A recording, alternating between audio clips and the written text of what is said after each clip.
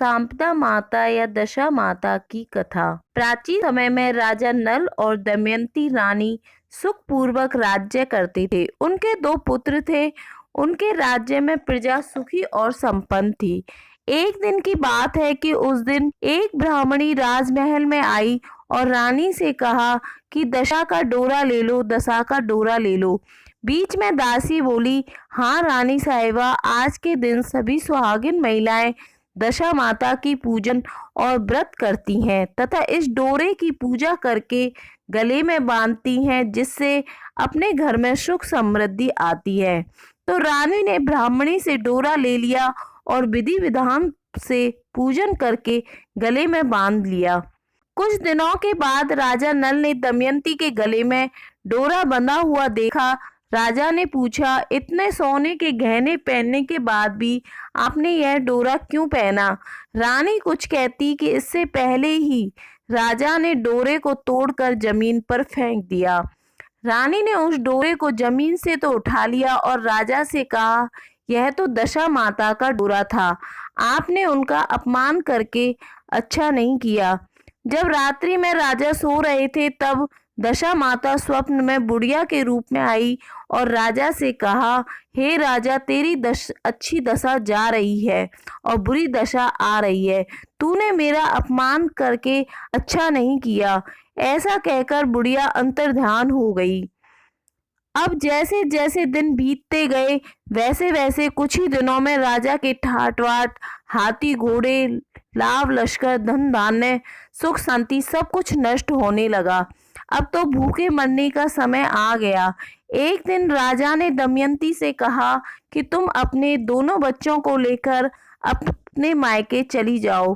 रानी ने कहा कि ऐसे कैसे हो सकता है, मैं आपको छोड़कर कहीं नहीं जाऊंगी।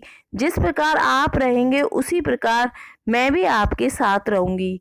तब राजा ने कहा, अपने देश को छोड़कर दूसरे देश में चलते हैं, वहां जो भी काम मिल जाएगा वही काम कर लेंगे। इस प्रकार नल दमयंती अपने देश को छोड़कर चल दिए। चलते चलते रास्ते में भील राजा का महल दिखाई दिया। वहां राजा ने अपने दोनों बच्चों को अमानत के तौर पर छोड़ दिया।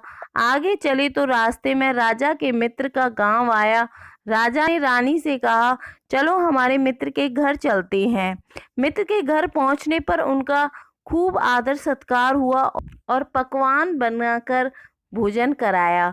मित्र ने अपने शयन कक्ष में सुलाया। उसी कमरे में मोर की आकृति की खूंटी पर मित्र की पत्नी का हीरों जड़ा कीमती हार टंगा हुआ था। मध्य रात्रि में रानी की नींद खुली तो उन्होंने देखा कि वह बेजान खूंटी हार को निगल रही है। यह देखकर रानी ने तुरंत राजा को जगाकर कहा और दिखाया। दोनों ने विचार किया कि सुबह होने पर मित्र के पूछने पर हम क्या जवाब देंगे, अतः यहाँ से इसी समय चले जाना चाहिए। राजा रानी दोनों रात्रि को ही वहां से चल दिए। सुबह होने पर मित्र की पत्नी ने खूंटी पर अपना हार नहीं देखा, हार वहां नहीं था। तब उसने अपने पति से कहा, तुम्हारे मित्र कैसे हैं जो मेरा हार चुराकर रात्रि में ही भाग गए? मित्र ने अपनी पत्नी को समझाया कि मेरा मित्र कभी भी ऐसा नहीं कर सकता, धीरज रखो, पर उसे चोर मत कहो। आगे चलने पर राजा नल की बहन का गांव आया। राजा ने बहन के घर खबर पहुंचाई कि तुम्हारे भाई भौजाई आए हैं। खबर देने वाले से बहन ने पूछा कि उनके हालचाल कैसे हैं। वह बोला, दोनों अकेले हैं, पैदल ही आए हैं तथा वे दुखी हाल में हैं। इतनी बात सुनकर बहन थाली में कांदा रोटी रखकर भैया भाभी से मिलने आई। राजा ने तो अपने हिस्से का खा लिया, परंतु रानी ने जमीन में गाड़ दिया। चलते चलते एक नदी मिली। राजा ने नदी में से मछलियां निकालकर रानी से कहा कि तुम इन मछलियों को भूंजो, मैं गांव में से परोसा लेकर आता हूँ। गांव का नगर सेठ सभी लोगों को भोजन करा रहा था। राजा गांव में गया और परोसा लेकर वहां से चला तो रास्ते में चील ने झपट्टा मारा तो सारा भोजन नीचे गिर गया। राजा ने सोचा कि रानी विचार करेगी कि राजा तो भोजन करके आ गए और मेरे लिए कुछ भी नहीं लाए। उधर रानी मछलियां भूनने लगी तो दुर्भाग्य से सभी मछलियां जीवित होकर नदी में चली गईं। रानी उदास होकर सोचने लगी कि राजा पूछेंगे और सोचेंगे कि सारी मछलियां खुद खा गई। तब राजा आए तो मन ही मन समझ गए और वहां से आगे चल दिए। चलते चलते रानी के मायके का गांव आया। राजा ने कहा कि तुम अपने मायके चली जाओ, वहां दासी का कोई भी काम कर लेना, मैं इसी गांव में कहीं नौकर हो जाऊंगा। इस प्रकार रानी महल में दासी का काम करने लगी और राजा तेली के घाने पर काम करने लगा। दोनों को काम करते हुए बहुत दिन हो गए। तब होली दशा का दिन आया। दासी ने रानियों का सिर गूंथा तो राजमाता ने कहा, मैं भी तेरा सिर गूंथ दूं। ऐसा कहकर राजमाता जब दासी का सिर गूंथ ही रही थी, तब उन्होंने दासी के सिर में पद्म देखा।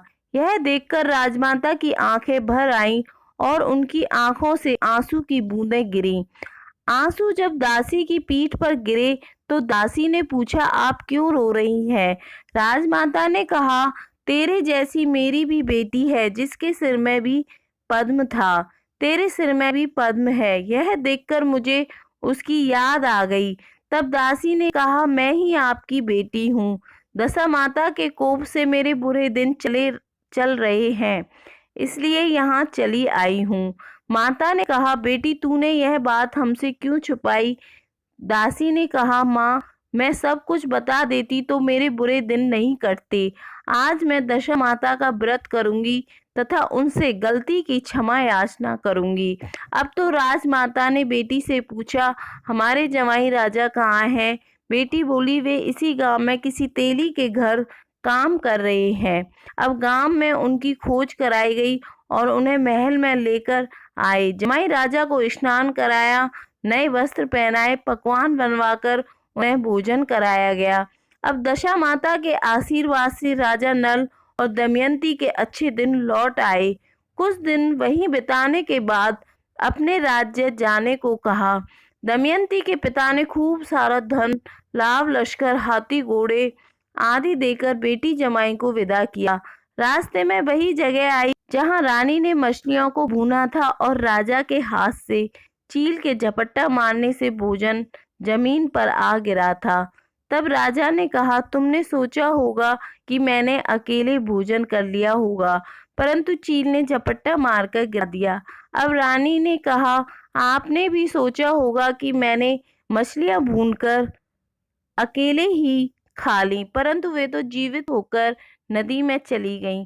चलते चलते अब राजा की बहन का गांव आया। राजा ने बहन के यहाँ खबर भेजी। खबर देने वाले से पूछा कि उनके हाल चाल कैसे हैं। उसने बताया कि वे बहुत अच्छी दशा में हैं, उनके साथ हाथी घोड़े लाव लश्कर हैं। यह सुनकर राजा की बहन मोतियों की थाल सजाकर लाई। तभी दमयंती ने धरती माता से प्रार्थना की और कहा कि माँ, आज मेरी अमानत मुझे वापस दे दो। यह कहकर उस जगह को खोदा जहाँ कांदा रोटी गाड़ दिया था। खोदने पर रोटी तो सोने की और कांदा चांदी का हो गया। ये दोनों चीजें बहन की थाली में डाल दी और आगे चलने की तैयारी करने लगी। वहां से चलकर राजा अपने मित्र के घर पहुंचे। मित्र ने उनका पहले के समान ही खूब आदर सत्कार और सम्मान किया। रात्रि विश्राम के लिए उन्हें उसी शयन कक्ष में सुलाया। मोड़ने वाली खूंटी के हार निगल जाने वाली बात से नींद नहीं आई। आधी रात के समय वही मोड़ने वाली खूंटी हार उगलने लगी। राजा ने अपने मित्र को जगाया तथा रानी ने मित्र की पत्नी को जगाया। आपका हार तो इसने निगल लिया था, आपने सोचा कि हार हमने चुराया है। दूसरे दिन प्रातःकाल नित्य कर्म से निपटकर वहां से वे चल दिए।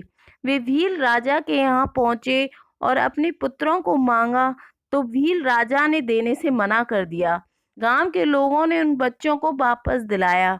नल दमयंती अपने बच्चों को लेकर अपनी राजधानी के निकट पहुंचे तो नगर वासियों ने लाव लश्कर के साथ उन्हें आते हुए देखा। सभी ने बहुत प्रसन्न होकर उनका स्वागत किया तथा गाजे बाजे के साथ उन्हें महल पहुंचाया। राजा का पहले जैसा ठाट-बाट हो गया। राजा नल दमयंती पर दशा माता ने पहले कोप किया, ऐसा किसी पर मत करना, और बाद में जैसी कृपा करी वैसी सब पर करना।